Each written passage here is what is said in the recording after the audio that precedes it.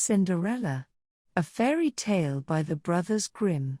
There was once a rich man whose wife lay sick, and when she felt her end drawing near, she called to her only daughter to come near her bed, and said, "Dear child, be pious and good, and God will always take care of you, and I will look down upon you from heaven, and will be with you." And then she closed her eyes and expired. The maiden went every day to her mother's grave and wept, and was always pious and good. When the winter came, the snow covered the grave with a white covering, and when the sun came in the early spring and melted it away, the man took to himself another wife. The new wife brought 2 daughters home with her, and they were beautiful and fair in appearance, but at heart were black and ugly. And then began very evil times for the poor stepdaughter. "Is the stupid creature to sit in the same room with us?" said they. "Those who eat food must earn it. Out upon her for a kitchen maid." They took away her pretty dresses, and put on her an old grey kirtle, and gave her wooden shoes to wear. "Just look now at the proud princess, how she is decked out," cried they, laughing, and then they sent her into the kitchen. There she was obliged to do heavy work from morning to night, get up early in the morning, draw water, make the fires, cook, and wash. Besides that, the sisters did their utmost to torment her, mocking her, and strewing peas and lentils among the ashes, and setting her to pick them up. In the evenings, when she was quite tired out with her hard day's work, she had no bed to lie on, but was obliged to rest on the hearth among the cinders. And as she always looked dusty and dirty, they named her Cinderella. It happened one day that the father went to the fair, and he asked his 2 stepdaughters what he should bring back for them. "Fine clothes," said one. "Pearls and jewels," said the other. "But what will you have, Cinderella?" said he. "The first twig, father, that strikes against your hat on the way home, that is what I should like you to bring me." So he bought for the 2 stepdaughters fine clothes, pearls, and jewels, and on his way back, as he rode through a green lane, a hazel twig struck against his hat, and he broke it off and carried it home with him. And when he reached home, he gave to the stepdaughters what they had wished for, and to Cinderella he gave the hazel twig. She thanked him, and went to her mother's grave, and planted this twig there, weeping so bitterly that the tears fell upon it and watered it, and it flourished and became a fine tree. Cinderella went to see it 3 times a day, and wept and prayed, and each time a white bird rose up from the tree, and if she uttered any wish, the bird brought her whatever she had wished for. Now it came to pass that the king ordained a festival that should last for 3 days, and to which all the beautiful young women of that country were bidden, so that the king's son might choose a bride from among them. When the 2 stepdaughters heard that they too were bidden to appear, they felt very pleased, and they called Cinderella, and said, "Comb our hair, brush our shoes, and make our buckles fast, we are going to the wedding feast at the king's castle." Cinderella, when she heard this, could not help crying, for she too would have liked to go to the dance, and she begged her stepmother to allow her. "What, you Cinderella," said she, "in all your dust and dirt, you want to go to the festival? You that have no dress and no shoes. You want to dance?" But as she persisted in asking, at last the stepmother said, "I have strewed a dish full of lentils in the ashes, and if you can pick them all up again in 2 hours, you may go with us." Then the maiden went to the back door that led into the garden, and called out, "O gentle doves, O turtle doves, and all the birds that be, the lentils that in ashes lie, come and pick up for me. The good must be put in the dish. The bad you may eat if you wish." Then there came to the kitchen window 2 white doves, and after them some turtle doves, and at last a crowd of all the birds under heaven, chirping and fluttering, and they alighted among the ashes, and the doves nodded with their heads, and began to pick, peck, pick, peck, and then all the others began to pick, peck, pick, peck, and put all the good grains into the dish. Before an hour was over all was done, and they flew away. Then the maiden brought the dish to her stepmother, feeling joyful, and thinking that now she should go to the feast, but the stepmother said, "No, Cinderella, you have no proper clothes, and you do not know how to dance, and you would be laughed at." And when Cinderella cried for disappointment, she added, "If you can pick 2 dishes full of lentils out of the ashes, nice and clean, you shall go with us," thinking to herself, "For that is not possible." When she had strewed 2 dishes full of lentils among the ashes, the maiden went through the back door into the garden, and cried, "O gentle doves, O turtle doves, and all the birds that be, the lentils that in ashes lie, come and pick up for me. The good must be put in the dish. The bad you may eat if you wish." So there came to the kitchen window 2 white doves, and then some turtle doves, and at last a crowd of all the other birds under heaven, chirping and fluttering, and they alighted among the ashes, and the doves nodded with their heads and began to pick, peck, pick, peck, and then all the others began to pick, peck, pick, peck, and put all the good grains into the dish.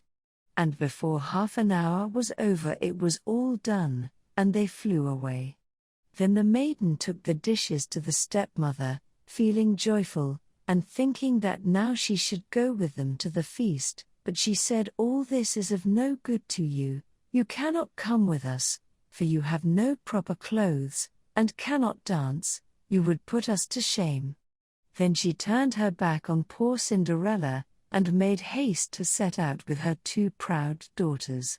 And as there was no one left in the house, Cinderella went to her mother's grave, under the hazel bush, and cried, little tree, shake over me. That silver and gold may come down and cover me." Then the bird threw down a dress of gold and silver, and a pair of slippers embroidered with silk and silver, and in all haste she put on the dress and went to the festival. But her stepmother and sisters did not know her, and thought she must be a foreign princess, she looked so beautiful in her golden dress. Of Cinderella they never thought at all, and supposed that she was sitting at home, arid picking the lentils out of the ashes. The king's son came to meet her, and took her by the hand and danced with her, and he refused to stand up with anyone else, so that he might not be obliged to let go her hand, and when anyone came to claim it he answered, "She is my partner." And when the evening came she wanted to go home, but the prince said he would go with her to take care of her, for he wanted to see where the beautiful maiden lived. But she escaped him, and jumped up into the pigeon house. Then the prince waited until the father came, and told him the strange maiden had jumped into the pigeon house. The father thought to himself, "It cannot surely be Cinderella," and called for axes and hatchets, and had the pigeon house cut down, but there was no one in it. And when they entered the house there sat Cinderella in her dirty clothes among the cinders, and a little oil lamp burnt dimly in the chimney, for Cinderella had been very quick, and had jumped out of the pigeon house again, and had run to the hazel bush, and there she had taken off her beautiful dress, and had laid it on the grave, and the bird had carried it away again, and then she had put on her little grey kirtle again, and had sat down in the kitchen among the cinders. The next day, when the festival began anew, and the parents and stepsisters had gone to it, Cinderella went to the hazel bush and cried, little tree, shake over me. That silver and gold may come down and cover me." Then the bird cast down a still more splendid dress than on the day before. And when she appeared in it among the guests, everyone was astonished at her beauty. The prince had been waiting until she came, and he took her hand and danced with her alone. And when anyone else came to invite her, he said, "She is my partner." And when the evening came, she wanted to go home, and the prince followed her, for he wanted to see to what house she belonged, but she broke away from him, and ran into the garden at the back of the house. There stood a fine large tree, bearing splendid pears. She leapt as lightly as a squirrel among the branches, and the prince did not know what had become of her. So he waited until the father came, and then he told him that the strange maiden had rushed from him, and that he thought she had gone up into the pear tree. The father thought to himself, "It cannot surely be Cinderella," and called for an axe, and felled the tree, but there was no one in it. And when they went into the kitchen, there sat Cinderella among the cinders, as usual, for she had got down the other side of the tree, and had taken back her beautiful clothes to the bird on the hazel bush, and had put on her old grey kirtle again. On the third day, when the parents and the step-children had set off, Cinderella went again to her mother's grave, and said to the tree, little tree, shake over me. That silver and gold may come down and cover me." Then the bird cast down a dress, the like of which had never been seen for splendor and brilliancy, and slippers that were of gold.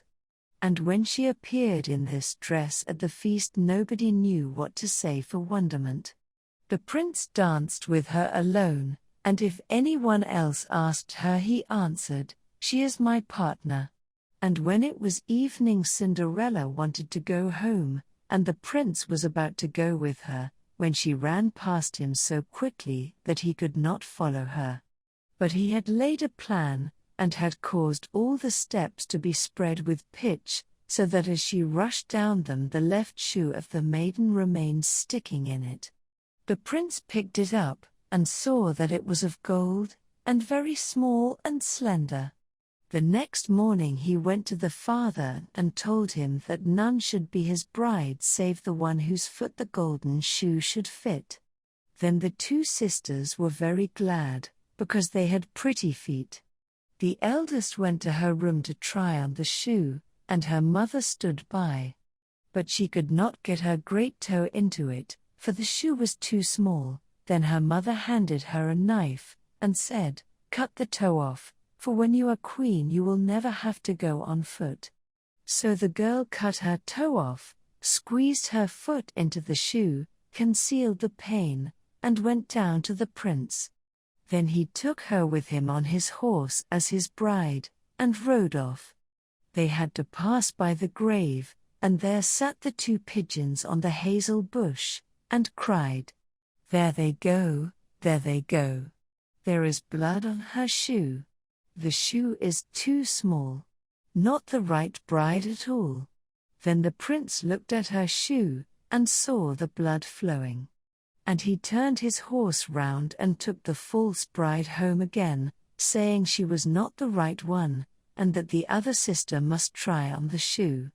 So she went into her room to do so, and got her toes comfortably in, but her heel was too large.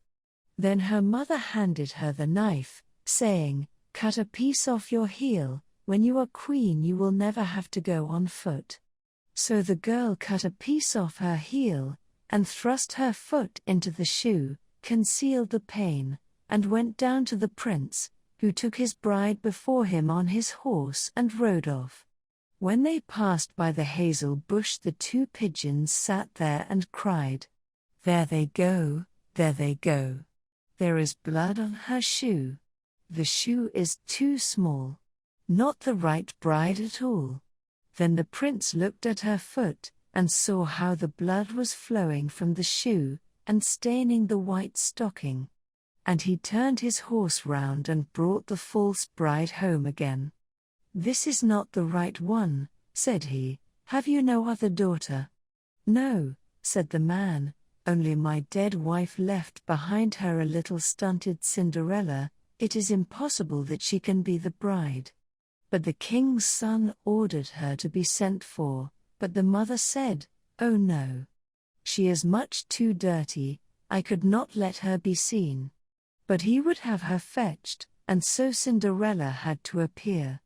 First she washed her face and hands quite clean, and went in and curtsied to the prince, who held out to her the golden shoe. Then she sat down on a stool, drew her foot out of the heavy wooden shoe, and slipped it into the golden one, which fitted it perfectly. And when she stood up, and the prince looked in her face, he knew again the beautiful maiden that had danced with him, and he cried, "This is the right bride." The stepmother and the two sisters were thunderstruck, and grew pale with anger, but he put Cinderella before him on his horse and rode off. And as they passed the hazel bush, the two white pigeons cried, "There they go, there they go. No blood on her shoe. The shoe's not too small. The right bride is she after all." And when they had thus cried, they came flying after and perched on Cinderella's shoulders, one on the right, the other on the left, and so remained. And when her wedding with the prince was appointed to be held, the false sisters came, hoping to curry favor, and to take part in the festivities. So as the bridal procession went to the church, the eldest walked on the right side and the younger on the left, and the pigeons picked out an eye of each of them. And as they returned, the elder was on the left side and the younger on the right, and the pigeons picked out the other eye of each of them. And so they were condemned to go blind for the rest of their days because of their wickedness and falsehood.